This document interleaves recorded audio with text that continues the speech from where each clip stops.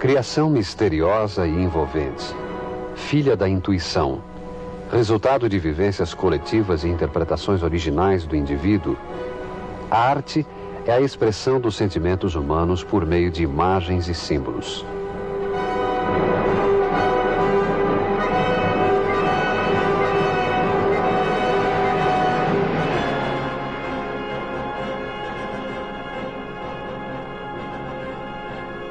Com palavras, sons, linhas, cores ou massas, o artista cria sempre imagens, cria símbolos que exprimem seu sentimento mais profundo do mundo.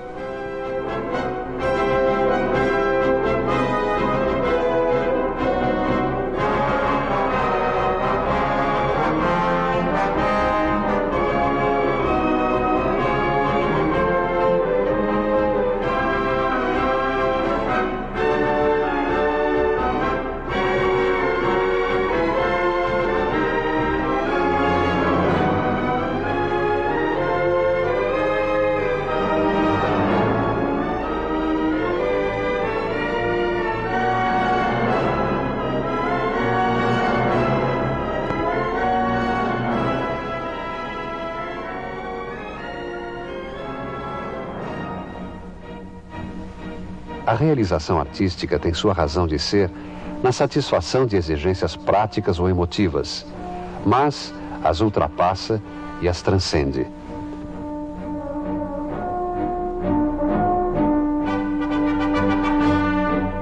Assim, a arte ensina a vida em sua dimensão fantástica.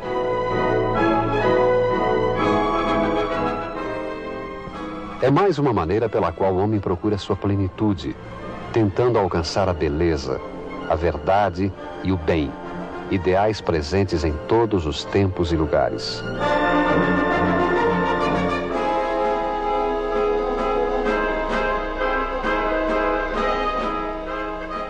Portanto, conhecer a história da arte é tomar consciência de todo um passado formador, que ajuda a caracterizar e diferenciar a comunidade, valorizando suas peculiaridades.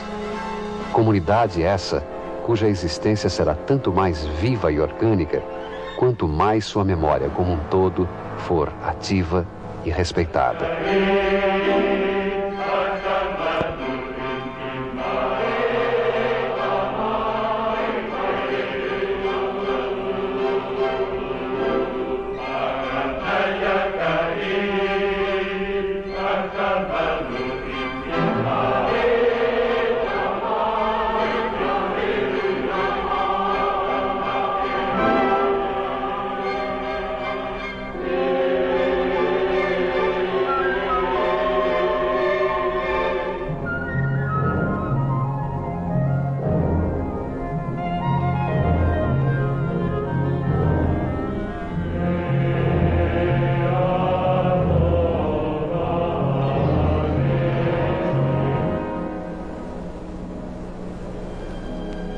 A história da arte no Brasil é uma história de 5 séculos. Os 5 séculos da história do Brasil. O século XX, um painel em mutação constante, complexo e contraditório. O século XIX, mescla de apego às normas acadêmicas e de fascínio pela tecnologia nascente.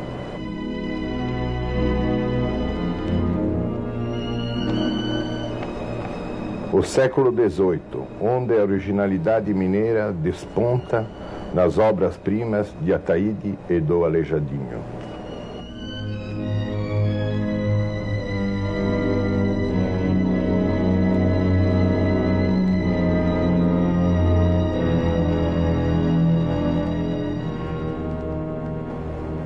O século XVII, quando o Nordeste é iluminado pelo Barroco e conturbado pela invasão holandesa.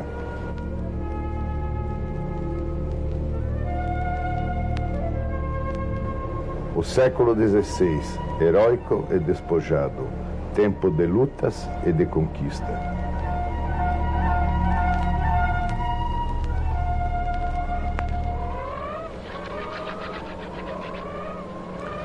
Mas esta história começa mesmo com a arte dos donos da nova terra, a arte dos índios.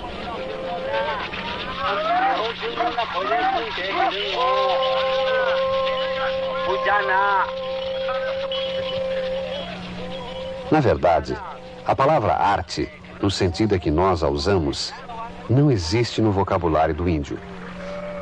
O que chamamos de arte indígena é uma criação dos antropólogos, influenciados pelos filósofos da arte.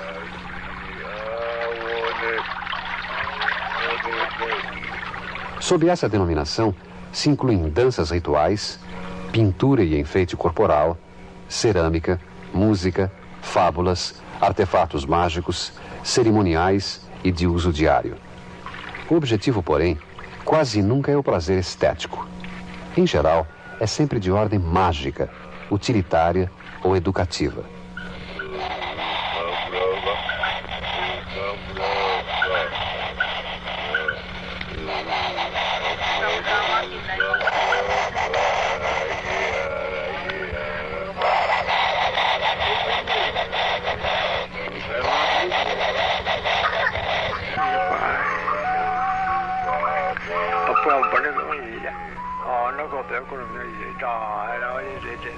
Naturalmente, essas manifestações devem ser tão antigas quanto a própria vida indígena no continente.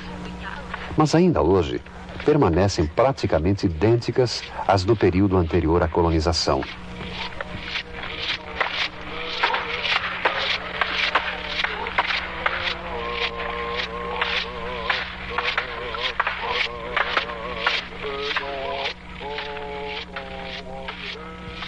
É o que podemos deduzir a partir do pouco que restou das obras mais antigas desses povos sem história, cuja memória não vai além de algumas gerações e que vivem no eterno presente de um universo mágico.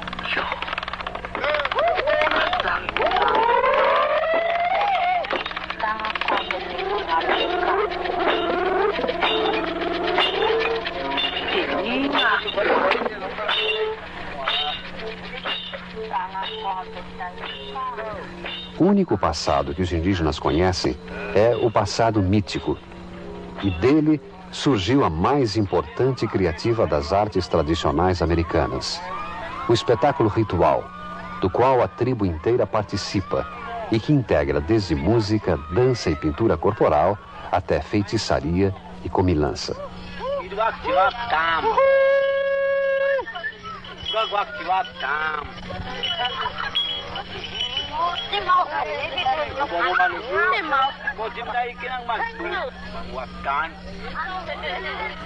Tais influências, contudo, não foram significativamente assimiladas. Assim, podemos dizer que a nossa tradição artística, predominantemente europeia e africana, tem mesmo origem na colonização portuguesa, principalmente com a fixação no país das ordens religiosas.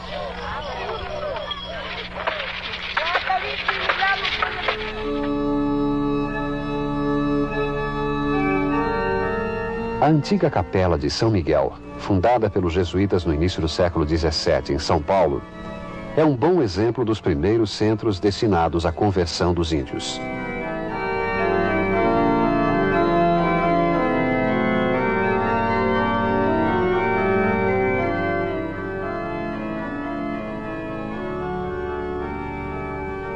O interesse artístico é pequeno, pois a própria construção de taipa de pilão impedia manifestações mais elaboradas.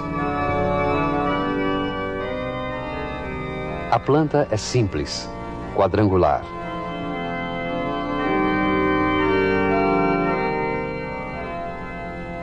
Os interiores são pobres, despojados.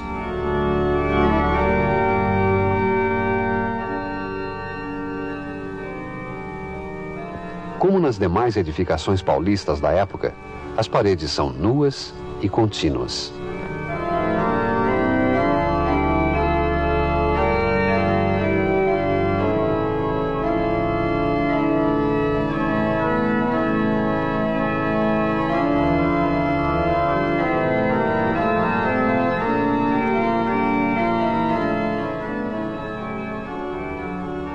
Alpendres profundos e longos beirais protegem da chuva os muros espessos de terra socada.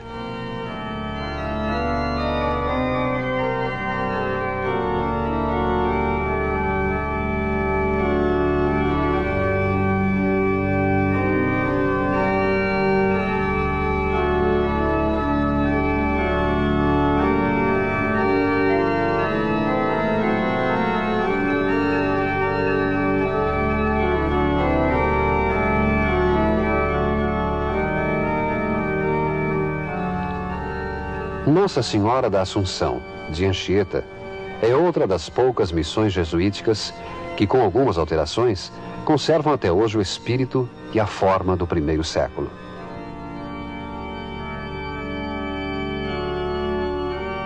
Fica no Espírito Santo, onde o padre Anchieta viveu durante muitos anos.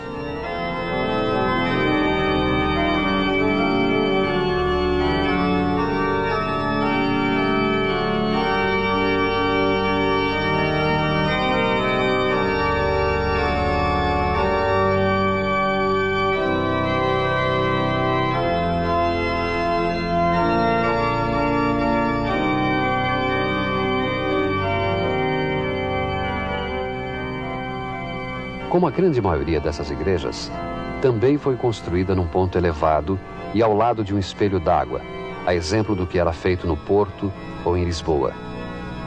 Como nessas cidades, aqui também não se afastam do mar, meio de vida e cenário da epopeia portuguesa, canal de abastecimento e de escoamento, elo de saudade com a pátria distante.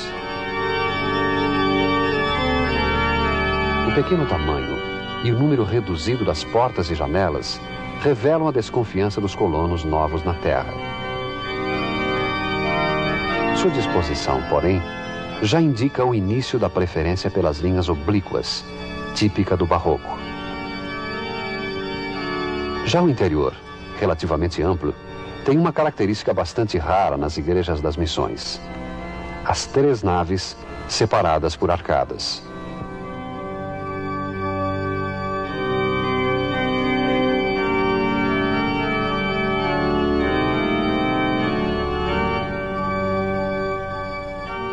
Os retábulos e os santos são de épocas posteriores.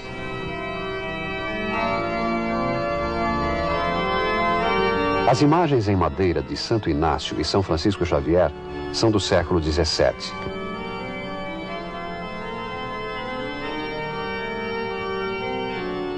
As imagens de Nossa Senhora, ainda mais recentes, datam do século XVIII.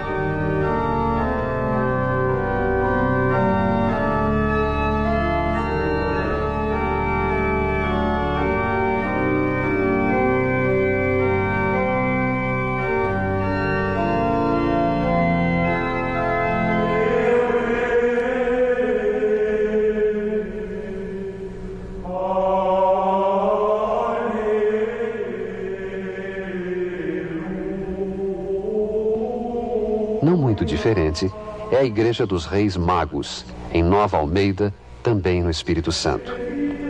Embora sendo só um pouco mais recente, suas aberturas já são bem maiores.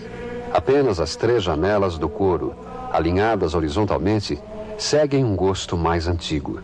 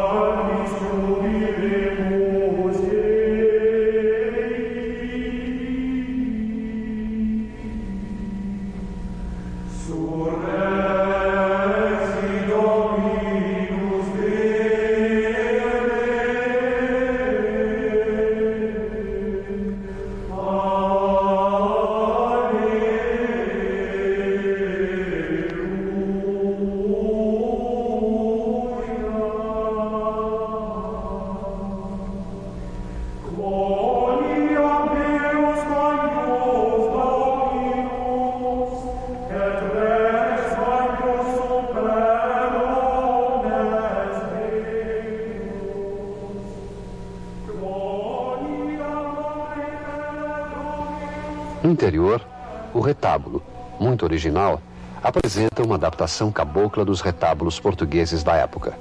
Mais baixo, mais compacto. De estilo naturalista, os cachos de uva enrolados nas colunas trazem um pouco da natureza para dentro da igreja.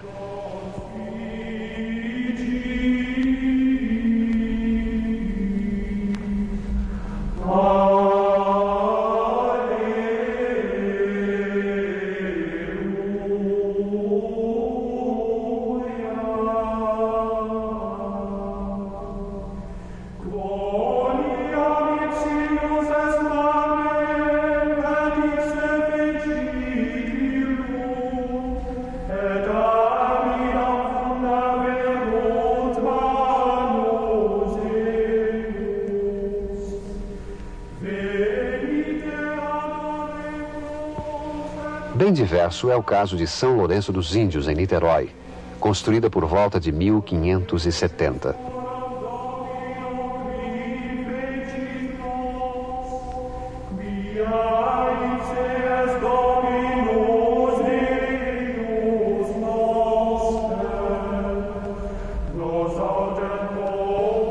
Mais próximo ao modelo português, seu retábulo é um exemplo notável da concepção maneirista, estilo de transição entre a Renascença e o Barroco.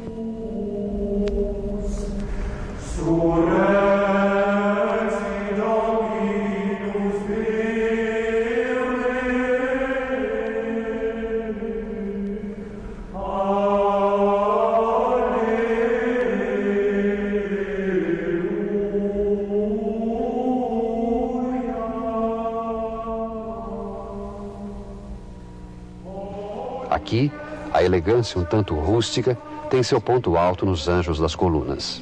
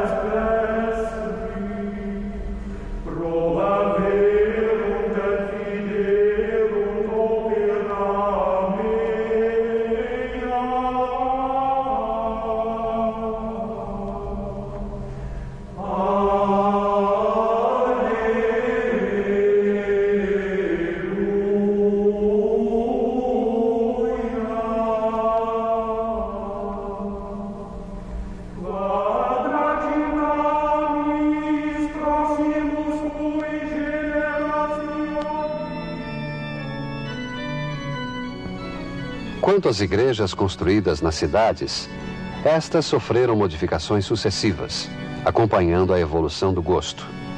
É o caso de São Cosme e São Damião, em Igaraçu, no estado de Pernambuco, considerada por muitos como a igreja mais antiga do Brasil.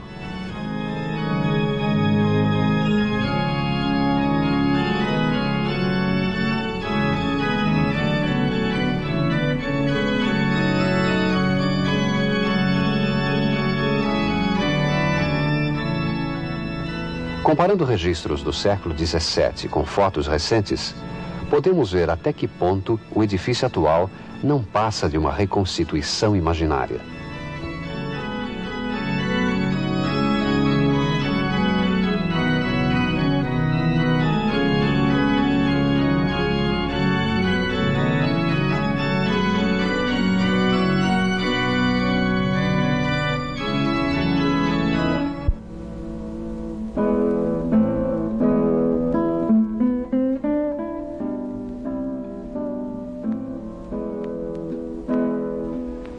Já da arquitetura civil dos 100 primeiros anos de colonização, praticamente nada resta. A única exceção é a Casa da Torre de Garcia Dávila, em Tatuapara, na Bahia. A Torre de Garcia Dávila foi o primeiro monumento arquitetônico brasileiro. Com suas características parcialmente medievais e parcialmente renascentistas, ligado à tradição do norte de Portugal, ele hoje é para nós algo de muito importante, principalmente depois que o romantismo desenvolveu o gosto pela ruína, desenvolveu o gosto por algo que sobrou com majestade e inspira a imaginação e a fantasia. Assim, na Torre de Garcia de Ávila, nós temos todas os arcos, a construção pesada, as grandes paredes, e nós temos o céu rasgado. Entrando pela casa dentro, nós vemos esta mistura de obra requintada do homem, um dos primeiros marcos, e o céu rasgando em cima. A natureza que quase voltou, tomou quase uma revanche sobre o homem que chegou de fora e transformou. Este português que tinha criado um império marítimo e que a partir da Torre d'Ávila criou um império de fazendas de gado que se estendeu à margem do rio São Francisco, por léguas e léguas.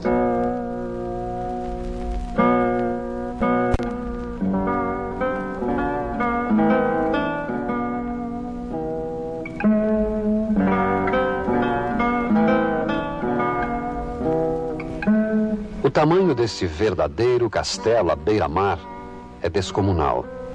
Sua fachada principal mede 50 metros e o pátio tem 14 metros de largura.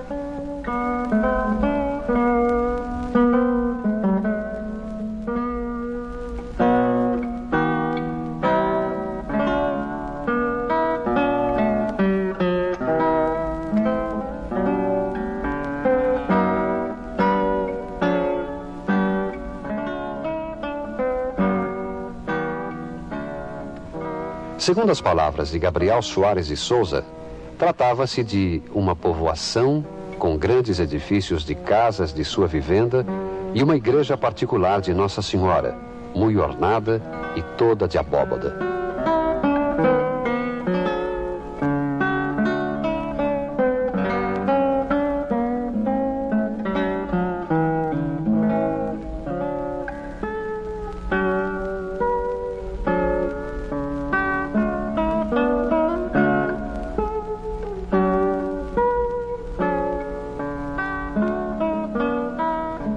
O próprio nome da construção, Casa da Torre, indica sua importância como sede de um verdadeiro feudo. Aliás, a palavra torre mais parece indicar, no caso, um tipo de morada nobre, já que em suas ruínas não se encontram vestígios de torre propriamente dita.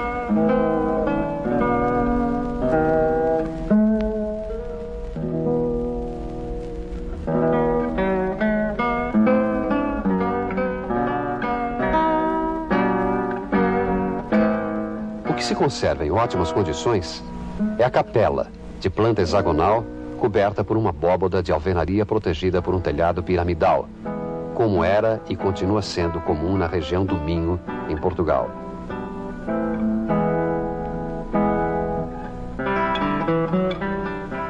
Verdadeiro símbolo, o solar de Garcia d'Ávila é uma poderosa fonte de evocação da força destemida e impiedosa dos primeiros colonizadores.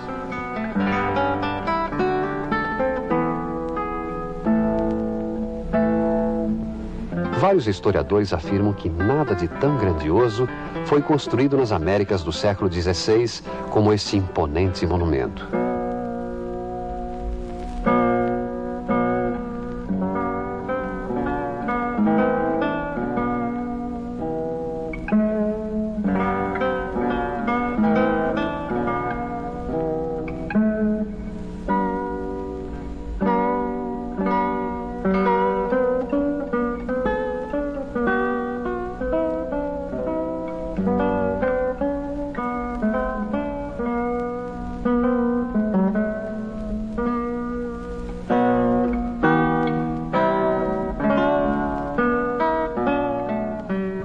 Assim, se os primeiros portugueses que aqui chegaram viram frustrados seus sonhos de riqueza, de ouro e pedras preciosas, pode-se concluir que, provavelmente, Garcia d'Ávila foi o único a não conhecer a decepção.